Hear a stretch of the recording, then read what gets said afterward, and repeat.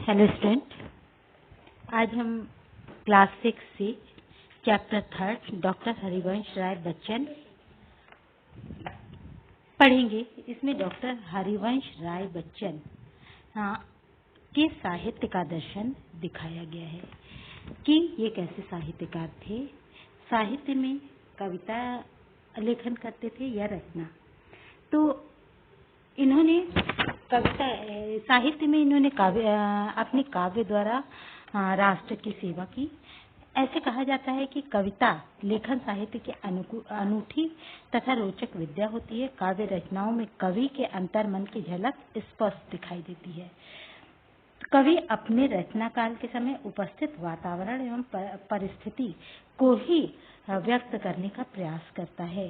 कवि की कविता में कवि के आत्म भाव झलकते हैं और उसकी ही अपनी कहानी दिखाई देती है। तो डॉक्टर हरिवंश राय बच्चन, जो कि हालावाद के प्रवर्तक थे, हालावाद अर्थात अपनी बात को कहना, जो अपने ऊपर व्यथित हुआ हो, प्रवर्तक थे। और इनका नाम श्रेष्ठ हिंदी कवियों की सूची में दिखाई देता है। इनका जन्म 1907 में प्रयाग में हुआ और इनका स्वर्गारोहण अर्थात इनकी मृत्यु सन 2003 में मुंबई में अपने ज्येष्ठ पुत्र अमिताभ बच्चन के आवास पर हुई। डॉक्टर हरिवंश राय बच्चन हिंदी साहित्य के महान कवि थे। इन्होंने हिंदी कविता को छायावाद से निकालकर नई चमक और लचक प्रदान की, अर्थात हिंदी कविता को नई कविता का रूप दिया। इन्होंने कविता को नई ताजगी और स्फूर्ति प्रदान कर पाठकों को रुचि के अनुकूल बनाया। इनकी कविता में व्यक्तित्व की छाप दिखाई देती थी और इसलिए ये लोकग्राह्य बनती थी। लोकग्राह्य अर्थात व्यक्ति के मन को छूने वाली बन जाती थी। इनकी कविता पढ़ के ऐसा लगता था मानो हम अपनी ही बात को पढ़ रहे हैं, ये हमारी अपनी ही कथा हो, कहानी हो। तो इसीलिए ये लोगों को के हृदय में रची बसी। तो इनकी पंक्तियों में व्यक्तित्व की गहरी छाप दिखाई देती थी। वे लोकमान्य का स्पर्श करने के कारण लोकग्राह्य बन जाती, अर्थात व्यक्ति के हृदय को छूने वाली बन जाती थी। इस काव्य कृति का प्रकाशन 1935 में हुआ था और जो कि मधुशाला नाम से था। इनकी सर्वश्रेष्ठ काव्य कृति मधुशाला थी, जिसका प्रकाशन 1935 में हुआ। इनकी इस अकेली काव्य कृति ने उन्हें लोकप्रियता प्रदान कर दी। रातों रात इनको अपनी इस कृति से लोकप्रियता प्रदान हुई। वे पाठकों के हृदय में बसने लगे। कविता प्रेमी उनकी कविताओं का आनंद एवं हर्ष की खोज में तल्लीनता से डूब जाते थे। मधुशाला में उन्होंने हालावाद की स्थापना में विशेष योगदान दिया। मधुशाला में यौवन का आवेग तो था ही, साथ ही दार्शनिक चिंतन भी था। इनकी मधुशाला इस काव्य कृति का अंग्रेजी अनुवाद हाउस ऑफ वाइन के नाम से लंदन में प्रकाशित हुआ। इनके रूपांतरण मार्जरी बोल्टन और रामस्वरूप व्यास थे। रूपांतरकार जो रूपांतर इसका किया,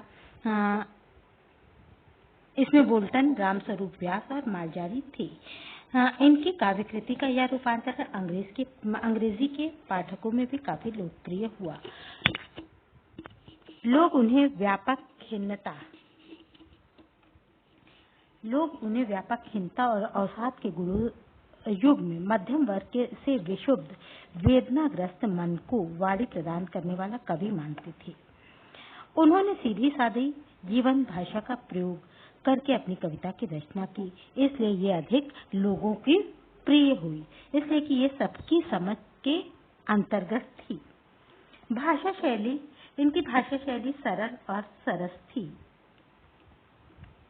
कल्पनाशीलता और सामान्य बिंबों में सजाकर अपने गीत हिंदी जगत को भेंट किए। इनको हिंदी जगत में उत्साह के साथ शिरोधार्य किया गया। अनुभूति मूलक सत्यता द्वारा प्रेरित काव्य ने बच्चन को उस पद का अधिकारी बना दिया जहां अमर जन अमर जन से बातें करते हैं, मतलब दो अमर लोग आपस में बातें करते हैं। इनकी कविता ऐसी हुआ करती थी। तो अपने युवा काल के आदर्श एवं सपनों के भग्नावशेष, जैसे हर अगर एक प्रशिक्षित या कल्पनाशील व्यक्ति होता है और वो अपने लक्ष्य की प्राप्ति करना चाहता है तो उसका कुछ स्वप्न होता है, लेकिन गरीबी के कारण इनके स्वप्न मानो कि भग्नावशेष के मध्य से गुजरते रहे, अर्थात टूट टूट कर बिखरते रहे। बच्चन पढ़ाई छोड़कर, इसलिए इन्होंने पढ़ाई छोड़ दी, खिन्न होकर के पढ़ाई छोड़ी और आंदोलन से जुट गए। उन्होंने देशभक्ति परस कविताएं लिखी और जो लेकिन बहुत कम लोगों ने इनकी ओर ध्यान दिया, इसलिए ये बहुत प्रसिद्ध नहीं हो पाए। लेकिन अपनी कविता के माध्यम से इन्होंने वीरों और देशभक्तों को अतीत से प्रेरणा लेकर उथल पुथल मचा देने का संदेश दिया, अर्थात बहुत उत्साहित करने का संदेश दिया। आंदोलन से छुट्टी पाकर बच्चन को एक छोटे से विद्यालय में नौकरी करनी पड़ी। उस समय उनकी पत्नी असाध्य रोगों से पीड़ित थी, लेकिन कमी होने के कारण ये उसका इलाज भी अच्छे से नहीं करा पाते। फलतः वह अंतर्मुखी हो गया था, अपने में अंतर ध्यान हो गया। उन्होंने अपने इस मूड और युग में कविता की रचना की और कविता की रचना करने लगे। वे निशा निमंत्रण तथा एकांत संगीत नामक काव्य ग्रंथों में दिखाई देता है। जो इनके जीवन की कथा है ये वास्तव में कहाँ दिखती है? इनकी निशा निमंत्रण रचना तथा एकांत संगीत में दिखाई देती है। इसके उपरांत इनको विश्वविद्यालय में नौकरी मिली, जिससे इनके व्यक्तित्व एवं व्यवहारिक जीवन में सुधार आया, जिससे इनका जीवन कुछ बदला और इनका स्वभाव भी बदला। जीवन के अंधकार से उन्होंने राहत महसूस की। इस तरह फिर उन्होंने अपने नए काव्य नील का निर्माण फिर की रचना की और उसके अंदर रचे कवि ने मन को समझाते हुए लिखा, जो बसे हैं वे उजड़ते हैं। मतलब इन्होंने अपने आप को समझाते हुए लिखा कि जो बसते हैं वही उजड़ते हैं। प्रकृति के जड़ नियम से परे किसी उजड़े हुए को फिर से बसाना कब मना है। तो इस तरह करके इन्होंने रचना की। यह वही युग था जब तेजी बच्चन से विवाह के बाद बच्चन ने सुख और संपन्नता के जीवन में प्रवेश किया। मतलब अभी तक तो इन्होंने अपने विवाह के बाद सुख और संपन्नता का जीवन नहीं जिया था, लेकिन जब विश्वविद्यालय में लेक्चरर पद को संभाला तब इनके जीवन में बदलाव आया और वहीं पर इन्होंने 1945 में सतरंगिनी तथा 1950 में मिलन यामिनी नामक काव्य कृतियां प्रकाशित की। ये बच्चन के उल्लास भरे युग को सुंदर उपलब्धियों में दिखाई देते हैं। इन रचनाओं के संदर्भ में समालोचक एक स्वर में स्वीकार करते हैं। इनके जो समालोचक हैं, जो समालोचना करते हैं, वो स्वीकार करते हैं कि व्यक्तिगत वेदना का इतना सहज और क्या इनकी आलोचना करने वाले भी यह स्वीकार कर लेते हैं कि व्यक्तिगत वेदना का इतना सहज और सफल साधारणीकरण अन्यत्र और कहीं दुर्लभ है। बच्चन एक एकांत आत्म केंद्रित कवि हैं। इसी के कारण उनकी रचनाएं सहज स्फूर्त नहीं है, वे नीरस और बहुत कवित्व रहित हो गई हैं। महात्मा गांधी की हत्या पर लिखी कविताएं, उत्तर काल में लिखी कविताएं इनके उदाहरण है। बच्चन का शिल्प पक्ष अपेक्षाकृत दुर्बल रहा। इस दिशा में उन्होंने अनेक प्रयास किए। ये प्रयोग प्राय उर्दू कवियों की तरह था कि बहरों में तरह तरह की जमीन पर नज्म करने की चेष्टाओं के समान, कि जिस तरह उर्दू कवियों को अपनी कविता करने के लिए जमीन नहीं मिली, उसी तरह इनको भी अपनी कविता को या अपने हुनर को दिखाने के लिए उतनी अच्छी जमीन नहीं मिली, जिससे ये बहुत ज्यादा प्रसिद्धि को नहीं प्राप्त हुए और इनकी कविताएं काव्य की दृष्टि से बहुत कम महत्व रखती है। कविता के अतिरिक्त बच्चन जी ने कुछ समीक्षात्मक निबंध भी लिखे। ये उनके गंभीर अध्ययन एवं सुलझे हुए विचारों को उजागर करते हैं। बच्चन जी शेक्सपियर के नाटक मैकबेथ से बहुत ज्यादा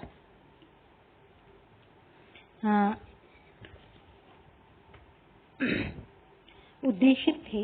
ये उनके उद्देश्य को लेकर चलते थे और महात्मा गांधी के उद्देश्य को अपनी राह बनाते थे। भगवत गीता को लक्ष्य करके दोहा चौपाई में जैन गीता की रचना की। काव्य की दृष्टि से ये किस कोटि की रचना है, इसका निर्माण तो स्वयं पाठकों पर निर्भर है। हिंदी कवि सम्मेलन की परंपरा को सुदृढ़ और जनप्रिय बनाने में बच्चन जी का योगदान असाधारण रहा है। इन्होंने अन्य बहुत सारी महत्वपूर्ण रचनाएं की जो कि बहुत प्रसिद्ध रही, बहुत सफल रही, जिसमें विकट, विश्वपट रहा, हलाहल, प्रणय पत्रिका, मिलन यामिनी, नाथधर, आरती और अंगारे रहे हैं। तो इस प्रकार से इन्होंने अपने साहित्य से राष्ट्र की सेवा की और अपने अभावग्रस्त जीवन में जूझते हुए भी राष्ट्र को कभी नहीं भूले। फिर भी बहुत कम प्रसिद्धि को प्राप्त किया, लेकिन इनकी कविताएं मन को छू लेने वाली हुआ करती थी। इस प्रकार से ये एक प्रसिद्ध साहित्यकार रहे हैं। साहित्यकार के रूप में तो प्रसिद्धि प्राप्त की, परंतु भक्ति के रूप में इनको प्रसिद्धि नहीं मिली। अतः यहाँ पर ये समाप्त होता है। अब आपको एक्सरसाइज कंप्लीट करने के लिए अगर आपके पास बुक है तो आप ले लें, है तो ठीक है कर लें, और नहीं है तो आप बुक ले लें।